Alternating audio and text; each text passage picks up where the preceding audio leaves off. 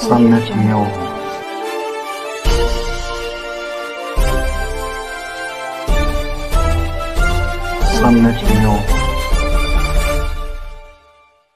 महाराष्ट्रातून सर्वाधिक डॉक्टर्स घडवणारा महाराष्ट्राचा महाब्रँड IIB नीट IIT JEE आणि CETच्या तयारीसाठी सर्वोत्तम पर्याय. 11वी नवीन बॅच साठी प्रवेश प्रक्रिया सुरू. Phoenix multispeciality hospital and critical care centre, Shivajinagar, Nanded. जय भीम. मी विजय निलंगेकर. सम्यक न्यूज लाईव्हच्या या विशेष बातमीपत्रामध्ये आपलं स्वागत करतो. मित्रहो, आपल्याला माहीतच आहे, महाराष्ट्रामध्ये मराठा आरक्षणावरून एक वेगळेच वातावरण निर्माण झालेले आहे. जरांगे पाटील ज्या प्रकारे आरक्षणाची मागणी करत आहेत, त्याच प्रकारे त्या आरक्षणाला आमच्या ओबीसीतून आरक्षण देऊ नये म्हणून विरोध करण्यासाठी OPG समाजही संघटित होत चाललेला आहे. यामध्येच ॲडव्होकेट प्रकाश आंबेडकर यांनी एक संविधान बचाव रॅली काढण्याचं ठरवलेलं आहे. त्यांचं म्हणणं आहे, संविधान वाचलं तरच इतरांना किंवा कुणाला आरक्षण द्यायचं हे ठरवता येईल. जर आरक्षणच नाहीत राहिलं तर आरक्षण कुणाला देण्याचा प्रश्न कुठे येतो. म्हणून आरक्षण वाचवणे हा एक आजच्या काळाची गरज आहे, असं प्रकाश आंबेडकर म्हणतात. पाहूयात नांदेड येथील पत्रकार परिषदेत ॲडव्होकेट प्रकाश आंबेडकर काय म्हणतात.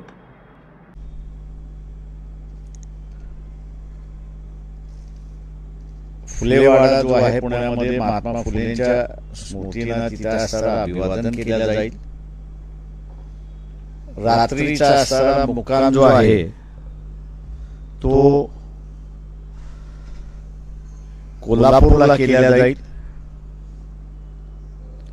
कोल्हापूरला. आणि 26 जुलै हा महत्वाचा दिवस आहे. शाहू महाराजांनी आरक्षणाची घोषणा ही 26 जुलैला केली. शाहू महाराजांच्या स्मृतीला अभिवादन करून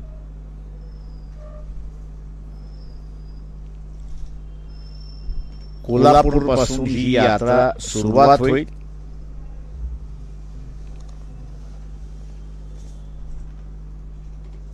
सव्वीस तारखेला ही यात्रा शाहू महाराजांचं स्मारक आहे तिकडनं सुरुवात होईल. रूट त्या दिवसाचा असा राहील, हातकणंगले, जयसिंगपूर, सांगली,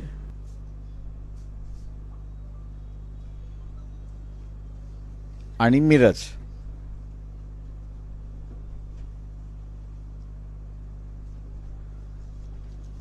सत्तावीस तारखेचा असणारा जो रूट आहे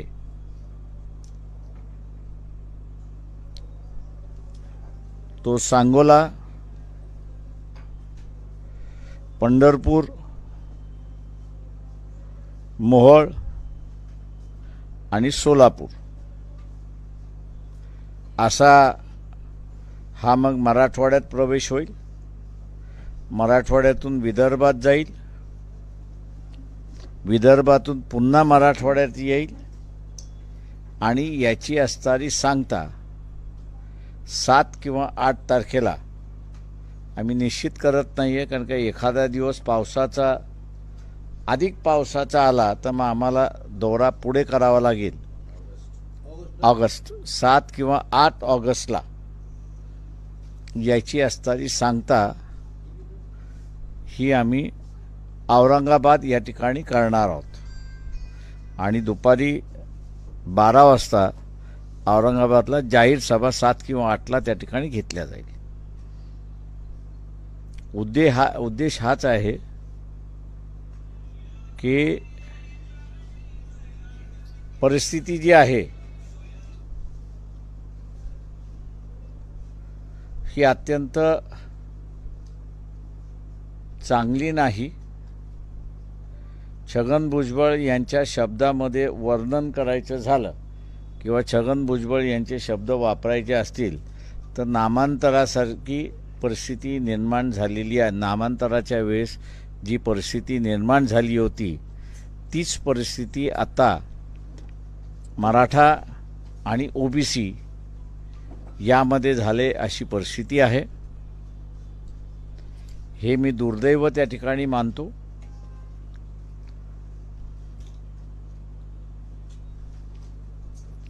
या विषयावरती मुख्यमंत्र्यांनी बैठक बोलवली, पण दुर्दैवाने मुख्यमंत्र्याने सुद्धा आणि डेप्युटी मुख्यमंत्री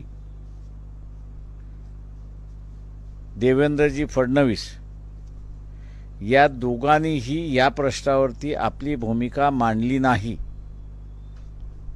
प्रश्न हा आहे की जरांगे पाटील यांची जी मागणी आहे की मराठा समाजाला ओबीसीच्या कोट्यातून आरक्षण द्यावं, ही जी मागणी आहे, आणि दुसरी मागणी जी आहे सरसकट सगळे सोयऱ्यांना सुद्धा ती लागू व्हावी,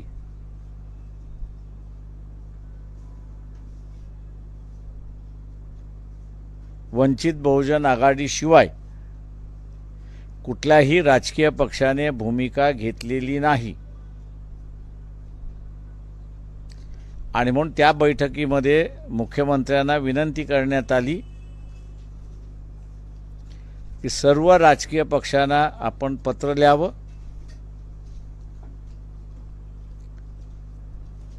आणि सर्व राजकीय पक्षांची भूमिका काय आहे ही आपण त्यांना विचारणा करण्यात यावी. एक मुख्यमंत्री म्हणून सुद्धा आणि एक पक्षाचे प्रमुख म्हणून सुद्धा. दुर्दैवाने मी असं म्हणेन की खोपर्डीचं प्रकरण असेल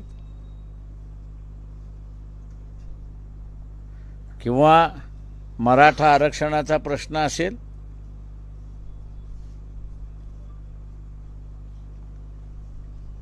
जे स्वतःला राजकीय नेते म्हणतात भूमिका घेतच नाहीत.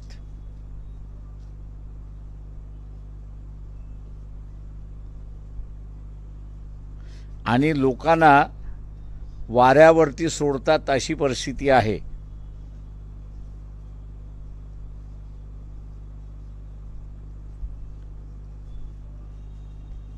आरक्षण बचाव जी यात्रा आम्ही आयोजित केलेली आहे त्याच्या पाठीमागचा हेतू शांतता प्रस्थापित राहिली पाहिजे, वंचित बहुजन आघाडीशिवाय शांतता कोणीच प्रस्थापित करू शकत नाही अशी परिस्थिती आहे.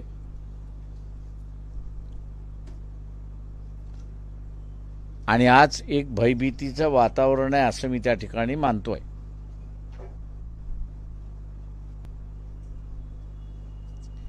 काही राजकीय पक्ष आता पळवाटा काढतायत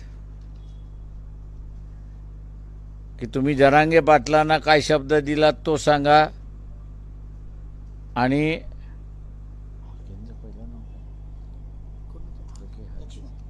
लक्ष्मण हाके यांना तुम्ही काय शब्द दिलात.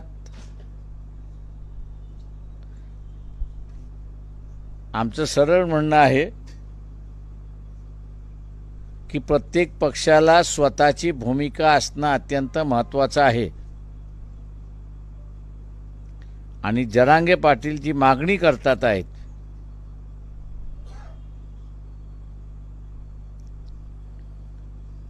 की ओबीसीच्या कोट्यातून मराठ्यांना आरक्षण द्या,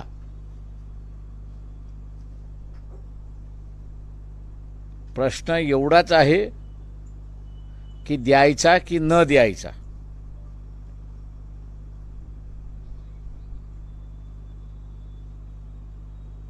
महाराष्ट्राच्या शांततेसाठी आणि सामाजिक सलोखा अबाधित राहण्यासाठी राजकीय पक्ष आपला निर्णय जाहीर करतील अशी अपेक्षा मी त्या ठिकाणी बाळगतो. जनमानसामध्ये जी भावना झालेली आहे ती एनसीपी, काँग्रेस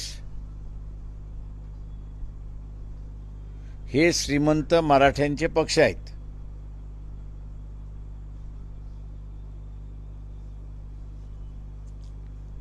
आणि बीजेपी आणि उद्धव ठाकरे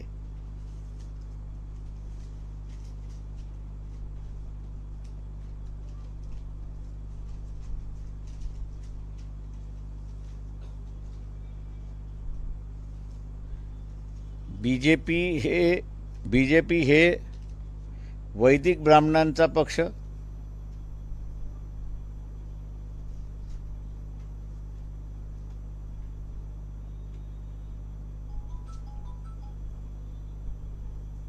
आणि शिवसेना उद्धव ठाकरे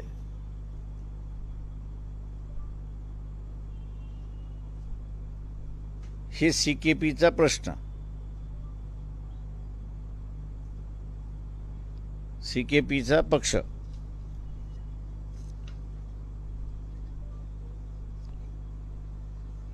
याचा अर्थ ओबीसीची यांचा संबंध नाही, हे भूमिका घेणार नसतील.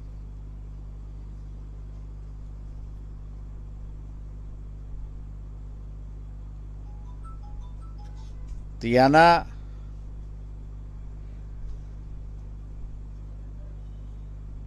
मागासवर्गीयांना दिलेले अधिकार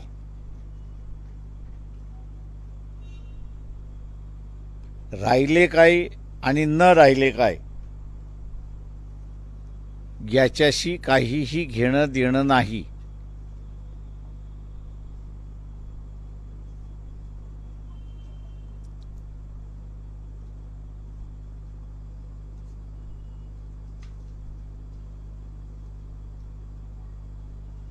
हळूहळू बाबासाहेबांनी जो इशारा दिला होता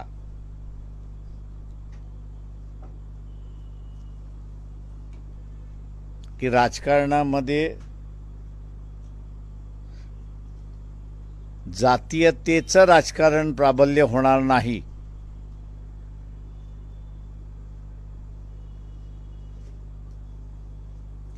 याची दक्षता घ्या.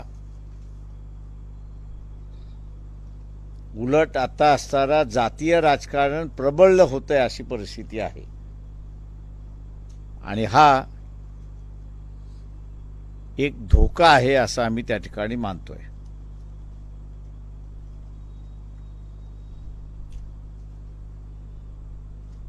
आपण आता विचारा.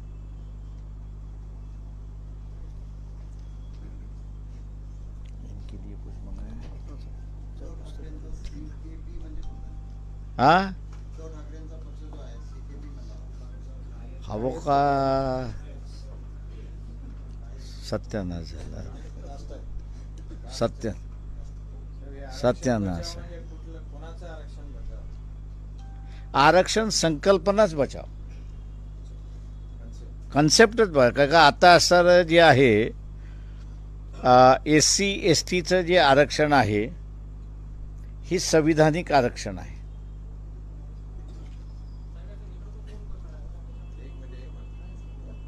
दोन मिनिट. SC STचं आरक्षण हे संविधानिक आरक्षण आहे. त्याच्यामुळे हे कायमस्वरूपी आहे असं आपण त्या ठिकाणी मानलं पाहिजे. ओबीसीचं सुद्धा आरक्षण हे 340 कलमा अन्वय आहे.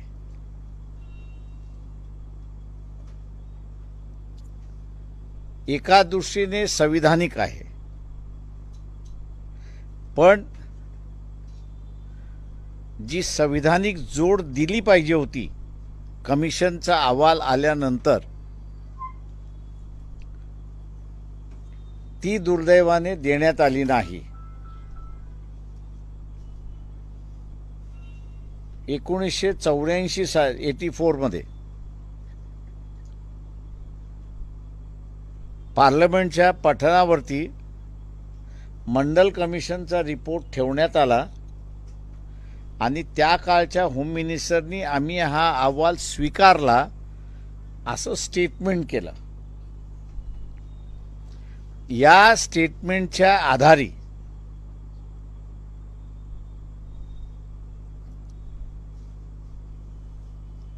1990 व्ही.पी. सिंगाने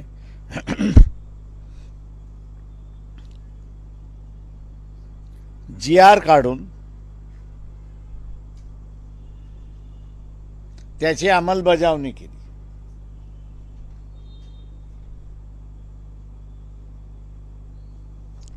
त्यावेळेस वेळ नव्हता ते संविधानिक दर्जा त्याला द्यायला. नंतरच्या कालावधीमध्ये कोणी त्याच्याकडे लक्ष दिलं नाही की ओबीसीचं आरक्षण सुद्धा संविधानिक झालं पाहिजे. आज ओबीसीचं आरक्षण जे आहे ते एका GR वरती टिकून आहे आणि इंदिरा साहनीचा जी केस आहे त्यामध्ये तो GR आणि ती केलेली कृती ही घटनाशीर आहे असं फक्त त्या ठिकाणी नमूद केलेलं आहे.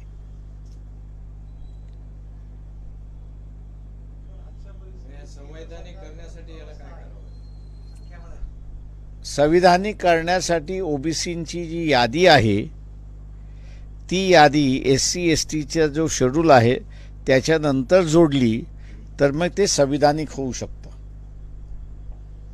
मराठ्यांना खरंच आरक्षणाची गरज आहे का? एवढे फॉर्च्युनर या मोठ्या मोठ्या गाड्या किंमतात, एवढे जमिनी आहेत.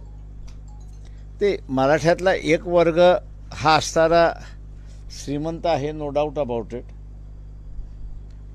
पण दुसऱ्या वर्गाच्या संदर्भातला सुद्धा मला वाटतं कधी नाही कधीतरी विचार करावा लागणार अशी परिस्थिती आहे. आत्ताच्या स्टेजमध्ये आम्ही असणारं जे आहे ते आरक्षण बचाव याच फेजमध्ये आम्ही आहोत आणि ते वाचलं तर मग इतरांना तिथे मिळेल, नाही तर अजिबात मिळणार नाही अशी परिस्थिती आहे.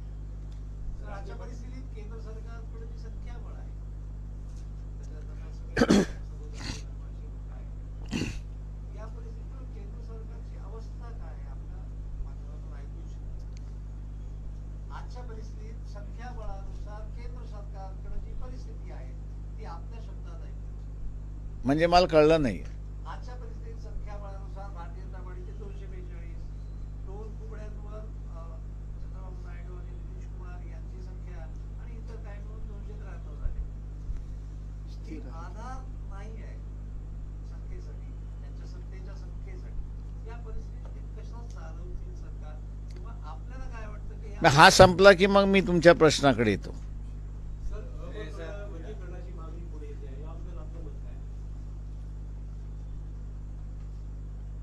पंतप्रधानांनी माझ्या माहितीप्रमाणे मादिगाच्या रॅलीमध्ये गेले होते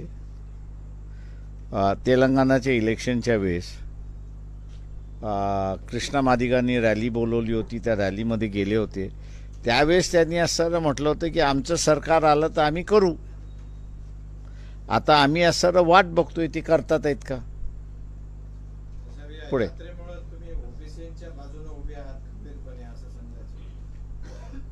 आरक्षणाच्या बाजूने उभे आहोत म्हणजे ओबीसीच्या बाजूने उभे आहोत. आम्ही कोणाच्या विरोधात नाही. याचं कारण असं आहे आम्ही कोणाच्या विरोधात नाही. उद्या आरक्षणाची संकल्पनाच संपली, उद्या आरक्षणाची संकल्पनाच संपली तर मग कोण कोणाच्या पाठीमागे काहीच फरक राहत नाही. आम्ही असणारा इतरांना भांडण्याचा मार्ग मोकळा ठेवतोय. आज असणारं ओबीसीचं आरक्षण शाबूत राहिलं पाहिजे, टिकलं पाहिजे, या दृष्टीने आम्ही पाहतो.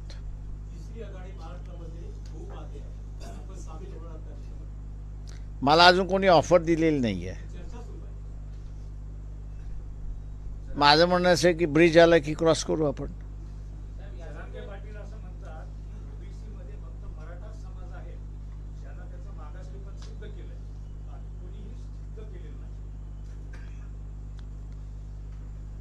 आमच्या माहितीप्रमाणे मंडल कमिशन पुढे ज्या ज्या आले त्यांनी आपलं मागासलेलं पण सिद्ध केलेलं आहे आणि पार्लमेंटने ते एक्सेप्ट केलेलं आहे. जरांगे पाटील जनतेला वेठीस धरत आहेत असं वाटत नाही का तुम्हाला? आंदोलन करण्याचा अधिकार सगळ्यांचा आहे. आंदोलन करण्याचा अधिकार आहे, गावबंदी वगैरे करण्याचा अधिकार थोडी. अरे गावबंदी मला तर कधी अडचण आली नाही गावबंदीची. नाही, खूप जणांना अडवलं, त्यांच्या गाड्या फोडल्या, इथं आहे, लोकांना माहिती आहे. तर आताही नाही मला अडचण आहे. तुम्हाला भीत असतील,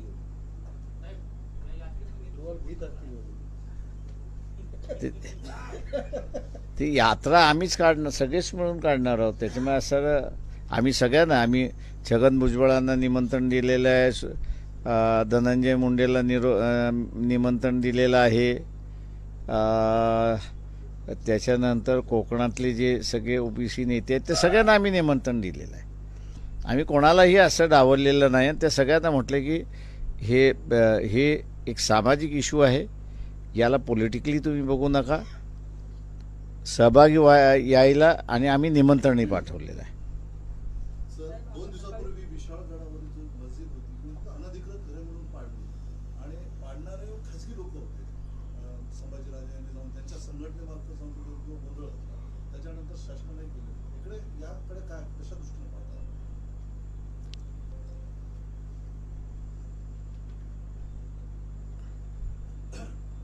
हे जे महाविकास आघाडीचं जे सरकार आहे, ज्या पद्धतीने त्यांनी असणाऱ्या घोषणा केल्या, पहिल्यांदा लाडकी बहीण म्हणून 1,500, महायुतीच्या सरकारने जी घोषणा केली लाडकी बहीण म्हणून आणि 1,500 रुपये दिले. दुसऱ्या बाजूस त्यांनी पुन्हा लाडका भाऊ म्हणून जो 10वी पास झाला त्याला 6,000 दिले. पहिला प्रश्न इथे की हे सरकार मनुवादी सरकार आहे असं मी त्या ठिकाणी मानतोय.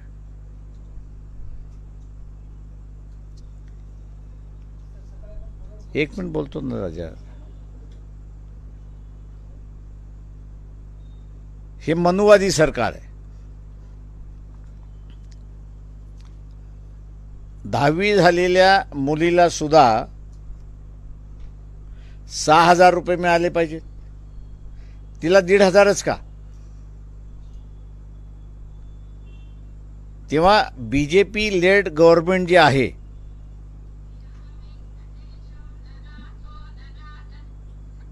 बीजेपी लेड गव्हर्नमेंट जे आहे, हे बीजेपी लेड गव्हर्नमेंटनी पुन्हा आपला मनुवादी वृत्ती जी आहे ही पुन्हा जाहीर केली.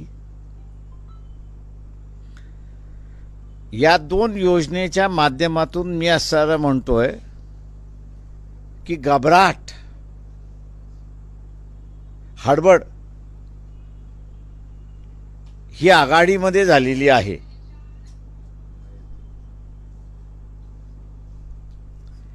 ही आघाडीमध्ये झालेली आहे आणि म्हणून मतदान अशा स्वरूपात येत नाही तर स्कीमच्या स्वरूपामध्ये घेण्याचा प्रयत्न त्यांचा चाललेला आहे. आणि दुसऱ्या बाजूस आम्ही मुस्लिम विरोधी आहोत हा दाखवण्याचा प्रयत्न आहे.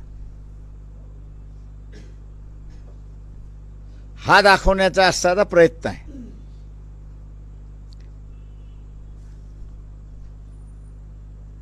मी इथल्या जे मौलवी आहेत की ज्यांनी मागच्या लोकसभेमध्ये काँग्रेसला मतदान द्यायला सांगितलं, NCPला मतदान द्यायला सांगितलं, शिवसेनेला मतदान द्यायला सांगितलं, हे मौलवी या पक्षाच्या प्रमुखांना का भेटत नाही आणि विशालगडच्या संदर्भातली त्यांची भूमिका ते मांडायला सांगत नाही. मौलवींनी हे केलं नाही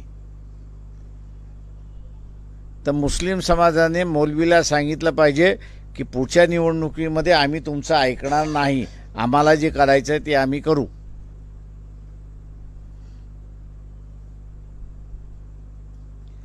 ते हां ते बोला.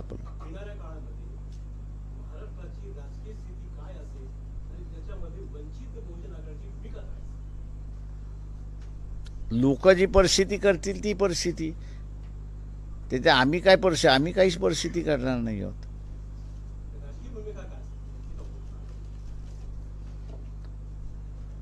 ते आम्ही आता असणारं जे आहे ते या ज्या सगळ्या लहान लहान सोशल संघटना ज्या आहेत त्या सगळ्या सोशल संघटनांचं एक दल आम्ही असणारं उभं करतोय आणि आमच्याबरोबर जे जे पक्ष यायला मागतील किंवा जे जे आम्हाला घ्यायला मागतील त्यांच्याबरोबर आम्ही जायला तयार आहोत.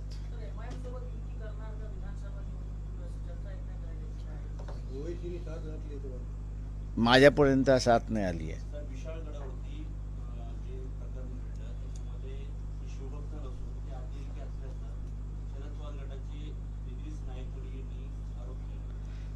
शरद पवार बोलले तर मी कदाचित बोलेन त्याच्यावरती. सर 2 दिवसापूर्वी आपण अजित पवारांना पुन्हा दादा करू असं स्टेटमेंट केलं, काय अजित पवार यांना पुन्हा आपण दादा करू, दादा करू राजकारणातले दादाच आहेत ते. असं स्टेटमेंट आपण केलं, ते राजकारणातले दादाच आहेत. सोबत येण्याची ऑफर दिली. मी ते आम्ही त्यांना असं म्हटलं तुम्ही बाहेर पडलात आम्ही तुमच्या बरोबर येऊ. काही राजकीय पक्ष बळवाटा काढतायत आरक्षणाच्या बाबतीत. आपण म्हटलं की जरांगे पाटीलांनी हक्केची भूमिका स्पष्ट करावी. शरद पवारांना आपण थेट आव्हान देणार की त्यांनी ओबीसीतून काँग्रेस मी असणारं त्या बैठकीमध्ये म्हणून मुख्यमंत्र्याला पत्र लिहायला सांगितलं की राष्ट्रवादीला पत्र लिहा, काँग्रेसला पत्र लिहा, उद्धव ठाकरे गटांना पत्र लिहा, म्हटलं स्वतःच्या पक्षालाही लिहा, आम्हालाही लिहा, BJPलाही लिहा, राज ठाकरेंचा पक्ष आहे त्यालाही लिहा आणि त्यांची या प्रश्नासंदर्भात काय भूमिका आहे ते त्यांना लेखी किंवा तोंडी जी काही पद्धत असेल त्यांना सांगण्याचा आग्रह मुख्यमंत्री म्हणून आपण करा. शरद पवारांचा रोल मोठा आहे, कारण भुजबळ त्यांच्याकडे विनंती करायला गेले की वातावरण थंड करा. मग शरद पवारांना आवाहन करणार मी असणारा कोणालाच आवाहन करत नसतो. आम्ही असं पक्षाने स्वतःच्या भूमिका स्पष्ट केल्या पाहिजेत ही आमची भूमिका आहे. मराठा समाजाबद्दल प्रकरणामध्ये उच्च न्यायालयानं सरकारला सवाल केलाय की भर पावसात थोडा चालू भर पावसामध्ये ही कारवाई करणे योग्य असेल का? उच्च न्यायालयानं सरकारला माझं म्हणणं असं आहे की सुनावण्यापेक्षा शासनाला त्यांनी असणारा कंटेम्प्टमध्ये काढलं पाहिजे. का डिव्हिजन बेंचचं एक जजमेंट आहे मोता साहेबांचं की पावसामध्ये घरं पाडता कामा नये.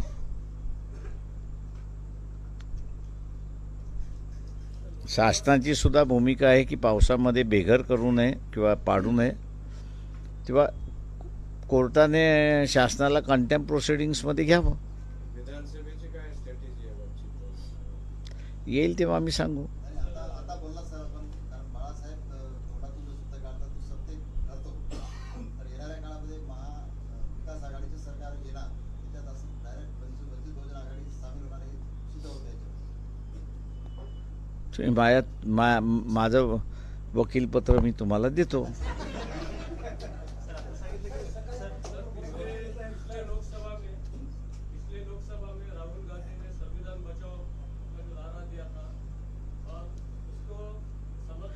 मेरे हिसाब से राहुल गांधी ने कभी भी संविधान बचाओ का नारा इलेक्शन के बीच तक कभी नहीं दिया. आप गलत कह रहे हो.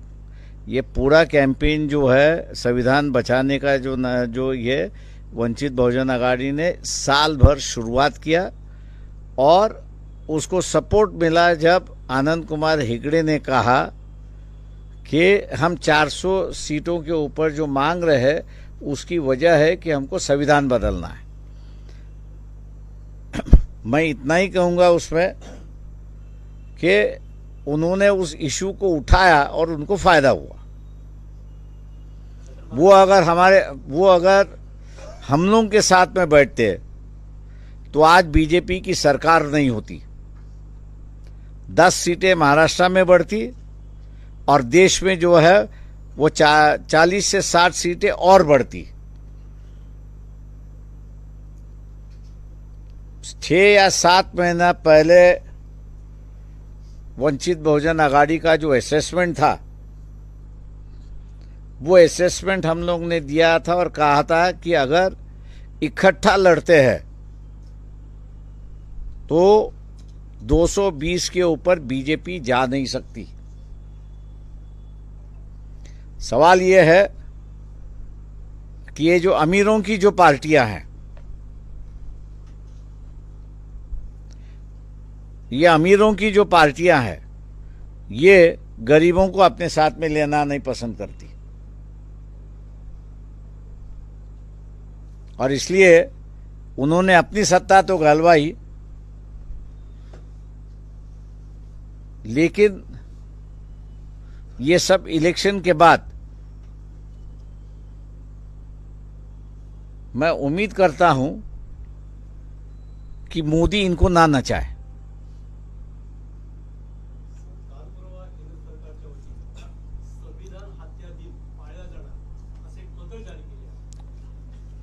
इमर्जन्सी लागली त्या दिवस, इमर्जन्सीचा सगळ्यांनी त्यावेळेस निषेधच केला होता। आता शब्द कुठला वापरावा कुठला वापरू नये हा प्रत्येक माणसाचा अधिकार आहे।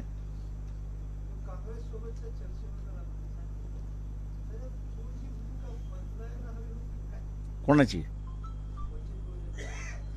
तुम्ही वंचित बहुजन आघाडीलाच दोष देणार आहात। सवाल असा आहे की तुम्ही काँग्रेसवाल्यांना हे कधी विचारणार नाही, म्हणूनच म्हटलोय की तुम्ही कधीही प्रेसवाले आणि तुमचे मालक जे आहेत हे सगळेजण कधीही वंचित बहुजन म्हणजे काँग्रेस किंवा शरद पवार किंवा एनसीपी यांना कधीच विचारणार नाही की तुम्ही त्यांना 2च जागा का देत होता की ज्यावेळेस त्यांच्याकडे 65 लाख मतं होती तेव्हा। तुम्ही हे कधी विचारणार नाही। याचं कारण असं आहे की तुमचा मालक तुम्हाला इजाजत देत नाही आणि तुमच्या मालकाला ते इजाजत देत नाही। त्याच्यामुळे आम्ही आमची स्पेस जी आहे ते आम्हीच तयार करू। तुम्हाला माहिती आहे तुमची परिस्थिती, म्हणून तर मी हे करून घेतलंय।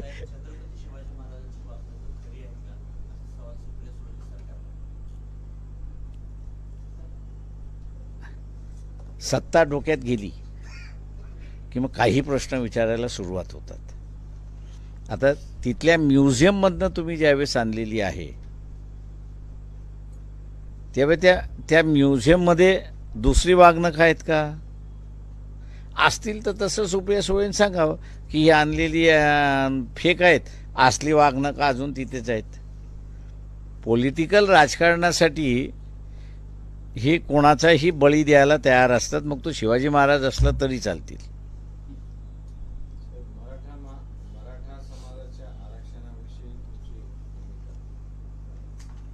पहिल्यांदा एक वाचू द्या, मग आम्ही दुसरी भूमिका घेतो। आरक्षण वाचलं की मग त्याच्यामध्ये आहे।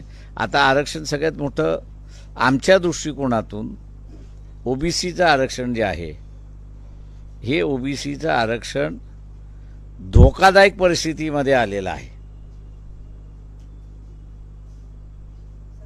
आता सम्यक न्यूज लाईव्ह बातमी पाहण्यासाठी यूट्यूबवर सबस्क्राईब करा,